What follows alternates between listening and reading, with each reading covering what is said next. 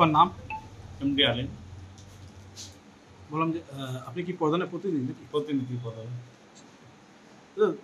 দাদা বললাম যে এই আপনার বিরুদ্ধে একটা অভিযোগ চলছে, মানে আপনার পঞ্চায়েতের বডি নিয়েও একটা অভিযোগ উঠছে যে যেখানে পঞ্চায়েতের সম্পত্তি, সেই সম্পত্তি আপনারা ভাড়া দিয়েছিলেন, দীর্ঘদিন ধরে চলছিল দোকান ওখানে, এবং ইদানিং যা এলাকাবাসী বা গ্রামবাসীদের একটা অভিযোগ উঠছে যে ওটা একটা বিক্রি করার পরিকল্পনা চলছে, এবং অভিযোগটা উঠছে যে পুরো পঞ্চায়েত বডির উপরে, যে আপনারা প্রভাবশালীদের সাথে মিশে এই কাজটা করতে চাচ্ছেন। না, এরকম কিছু নাই। আমরা যতদিন 8 মাস হলো, 8-9 মাস হলো, 8টা ভাড়া ধার্য হলো। ফেলেছিল 200 টাকা, তারপরে করলাম 800 টাকা ভাড়া একটা ধার্য করলাম। ভাড়া ধার্য করে আমাদের কোনো দিনে ভাড়া আসে নাই 8-10 মাস থেকে, বারবার নোটিশ করছি, আসে নাই। তা আমি বললাম যে রিপেয়ারিং করবো, একটা দেখবো পঞ্চায়েতটা ঠিক করবো, ওটার অফিসে পঞ্চায়েতের জায়গাটা আছে। তখন ও আসলে না, আমরা 3টা নোটিশ করলাম। নোটিশ করে বললাম যে রুম খালি করে দেন, খালি করবে না। ওরা বলছে আমরা ভাড়া দেবো না, খালিও করবো না। তো তারপরে আমরা পুলিশকে জানালাম, পুলিশ আমাদের রিপোর্ট চালো, পুলিশকে জানালাম, পুলিশকে বলে যে আমরা খালি করে দিই, আমি দেখি পঞ্চায়েতে কী হবে না হবে, আগে ঘরটা বানিয়ে আমার নতুন করে এটা কোনো পরিস্থিতি করবো। এখন আর তারপরে কোনো কথা নাই, এইগুলো আমাদের আছে। এই যে বিক্রি করার পরিকল্পনা বা পুরনো জমিদাতা যারা রয়েছে তারা দাবি করছে নিজের জমি। না, এরকম কোনো কথা না। আমি কারো কোনো কথা শুনবো না। এখন যা শুনছি, আমি এটা খালি করছি, তা 8-9 মাস থেকে আমাকে 10 মাসের উপরে গেলো, আমাকে ভাড়া করে দিচ্ছে না। তার জন্যে আমি কোনো খালি করে একটা পঞ্চায়েতে আমাদের, তারপর আমার কী হবে না হবে বড় শিখবো। জমিটা কার? জমিটা এখন তো আমাকে বলছিল যে পঞ্চায়েতের যে জমিটা আছে, তো পঞ্চায়েতে আমি দেখলাম কাগজপত্র কিছু নাই। পুরানো প্রধানকে বললাম যে আমাদের জমিনের দলিল টলিল আছে কি, দলিল নাই। তা আমি থানায় রিপোর্ট চাচ্ছিল, আমি রিপোর্ট দিলাম যে আমার কাছে দলিল টলিল কিছু নাই, এটা আমি ভাড়া নিচ্ছি, ভাড়া দিয়ে করছি। তারপর তো ওখানে তো সরকারি প্রজেক্ট তো হয়েছে। সরকারি প্রজেক্ট হয়েছে, আমি 15-20 সাল পেলি, আমি তো জানি না ওই সময় হয়েছিল। তো তার জন্য আমি করলাম, তো ভাড়াটা আমি নোটিশ করলাম। নোটিশ করে আমি দেখলাম তো পঞ্চায়েতের জমিটা আছে কি না, দেখলাম পঞ্চায়েত আছে, ভাড়াটা নিয়েছিল বলে। তো ভাড়া দিয়েছিল 200 করে দিয়েছিল। তো তাহলে বসে আমি ভাড়া করলাম, ধৈর্য করলাম, সবার লিম্বর বসে ধৈর্য করে 800 টাকা ভাড়া করলাম রুমের। ভাড়া আমাকে একজন 800 টাকা দিল। তারপরে আর ভাড়া ভাঙছি, ভাড়া হয়ে আসে না, কেউ শুনাই করছে না। নোটিশ আমি কমসে কম 2-3 বার নোটিশ লাগালাম, নোটিশও করলাম, আসলো না। তার জন্য আমি বললাম যে রুম টুম খালি করেন, এই জন্য রুম টুম খালি করে চাবি টাবি আমি রাখছি।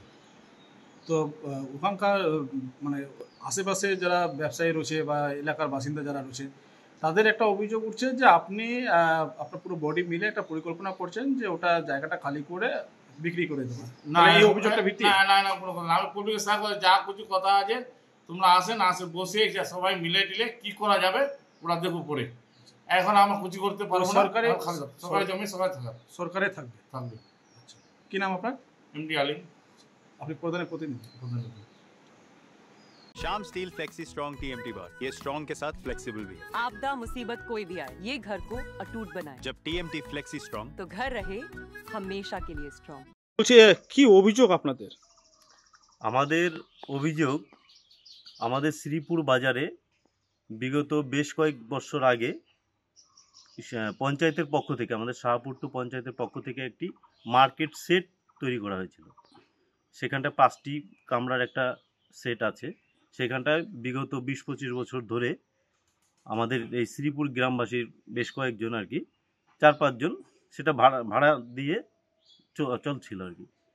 ইতিমধ্যে যেটা শোনা যাচ্ছে লোকমুখে, সেটা পূর্বের যে মালিক, জমির মালিক এবং বর্তমান পঞ্চায়েত বডি, এই উভয় পক্ষ আর কি মিলিতভাবে এই মার্কেটটাকে বিক্রি করে দেওয়ার একটা পরিকল্পনা করছে। বললাম বিক্রি করে দেওয়ার পরিকল্পনা করছে, এটা তো পঞ্চায়েতের সম্পত্তি। হ্যাঁ, তাহলে কিভাবে সম্ভব এটা? এটাই তো আমাদের বক্তব্য। এটা কি করে সম্ভব? পঞ্চায়েতের সম্পত্তি, সেটা কি করে বিক্রি হয়? এর জন্যই আমাদের গ্রামবাসী এবং যে বাজার কমিটি আছে, এর প্রতিবাদে আমরা একটা লিখিত অভিযোগ বিডিওর কাছে দেব, এই মানসিকতা নিয়ে সামনের দিকে এগোচ্ছি। বললাম যে এই যে বললেন যে হেভিওয়েট নেতা বা পঞ্চায়েত বডি পরিকল্পনা করে এটা বিক্রি করার মানে একটা চেষ্টা করতেছে, এই যে পুরনো মালিকের যে কথা বললেন যে জমি দান করেছিল, মানে জমিটা দান করেছিল কি নাম তার? নবেল কিশোর সিনহা এবং জয় কিশোর সিনহা। আচ্া, তারা কি বলে জমিটা দান করেছিল? সেটা জমিটা দান করেছিল নাকি, যেটা লোক মুখে শোনা, পঞ্চায়েত শাহপুর টু পঞ্চায়েত এখানটায় হবে, শ্রীপুর বাজারে হবে, সেই কথা বলে নাকি তারা দান করেছিল। হুম। কিন্তু সেই পঞ্চায়েত তো হয়নি, পঞ্চায়েত শাহপুর কিছুকতলাতে হয়েছে। আর পরবর্তীতে এখানটা একটা 5 কামরার একটা মার্কেট তৈরি হয়েছে পঞ্চায়েতের তরফ থেকে? পঞ্চায়েতের পক্ষ থেকে। আচ্ছা। সেখানটায় ভাড়াও ছিল, ভাড়া দীর্ঘ 20-25 বছর ধরে চলছে। ওখানটায় যারা ভাড়া নিয়েছিল তারা ভাড়াও দিয়েছে। আমার কাছে যতটুকু খবর আছে, গত 1 বছরের মধ্যে একজন নন্দ রায় নামে একজন আর কি ভাড়া নিয়েছিল, 25,000 টাকা পঞ্চায়েতের হাতে ভাড়া বাবদ তুলে দিয়েছে। আচ্ছা। এটা আমার কাছে খবর আছে। তো এখন কি হচ্ছে ওই জমিতে?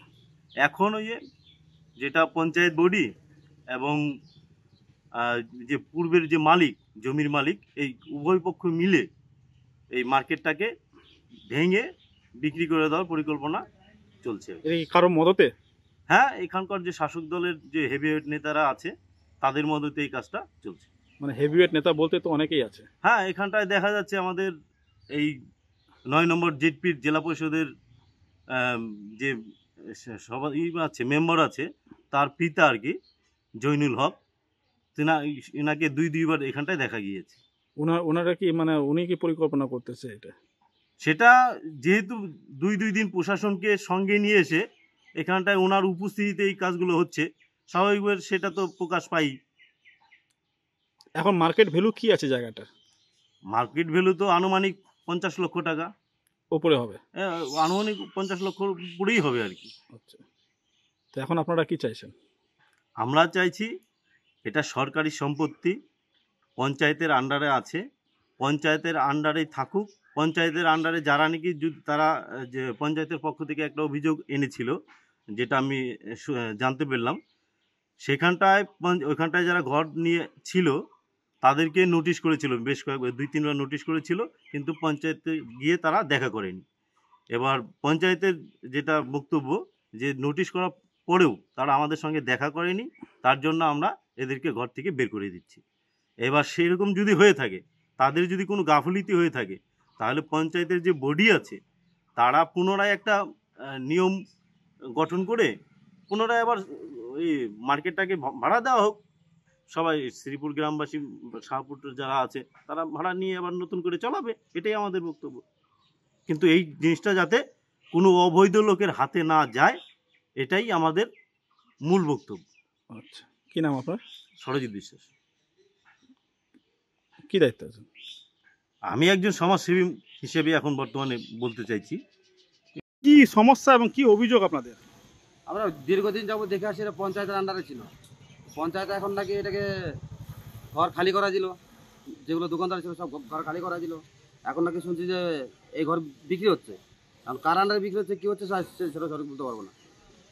মানে পঞ্চায়েতের আন্ডারে মানে কি পঞ্চায়েতেরই মার্কেট? পঞ্চায়েতই বানাইছিল এটাই।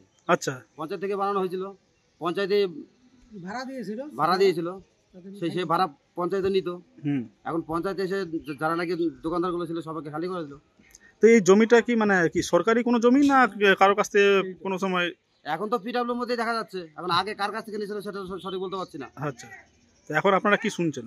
আমরা শুনছি যে এই জায়গাটা বিক্রি হচ্ছে। বিক্রি হচ্ছে? তো সরকারি সম্পত্তি কিভাবে বিক্রি হবে? এখন সেটা এখন যারা দায়িত্বে আছে, পঞ্চায়েত আছে, তারা বলতে পারবে কি পরিস্থিতি আছে, কিভাবে কি হচ্ছে না হচ্ছে।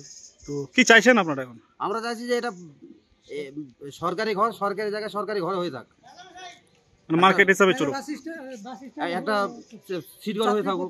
আচ্ছা, যাতে কোনো রকম বিক্রি না হয়। বিক্রি না হলে আমরা চাচ্ছি আর কি। আচ্ছা, কি নাম আপনার? আমার নাম স্বপন রায়। কোন বাজার? শ্রীপুর বাজার। হয়েছিল এখানে এবং কি অভিযোগ এখন বর্তমানে আপনাদের? এই জায়গাটা দোকানের জায়গা দেওয়া ছিল। কিসে দেওয়া ছিল? মানে জায়গাটা এই দোকানদার আর আমার দুইজনকে প্রতিশোধ দেয়।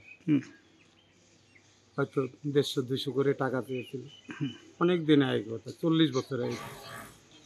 এই বেচারি 150 টাকা দিয়ে বসে যায়, আমি আর দিতে পারি। জায়গাটা 5 বছরের মতো পড়ে থাকে। তারপরে প্রধান হলো, তখন শাহপুর একটাই অঞ্চল ছিল, তখন নকুল প্রধান হলো, আসলো বাস প্রতীক্ষালয়ের একটা কোঠা, সেই প্রতীক্ষালয়ের টাকা দিয়ে করলো এই ঘর বাজার থেকে, যে আমরা লোকজনও থাকবো, বসবো, বা 2-3টে দোকানের পজিশন করি, এর মধ্যে আমাদের পঞ্চায়েতের কিছু কামাই হয়, এইভাবে করছি। তো সে প্রধানও তো মারা গেছে, সে প্রধান নাই, তারপরে প্রধান পরাপর আসলে এতদিন এই 3টে দোকান হয়তো ভাড়ার উপরেই চলছে। এখন কি ভাড়া শুনছেন? দেয়।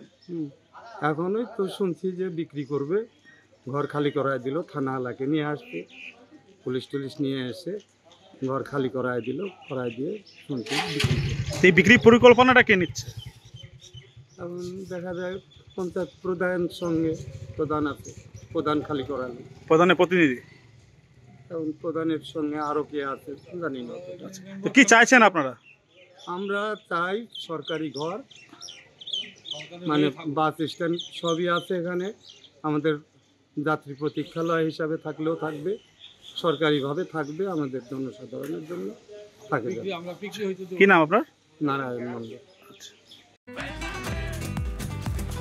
ये स्टाइल का मामला है रूपा फ्रंटलाइन।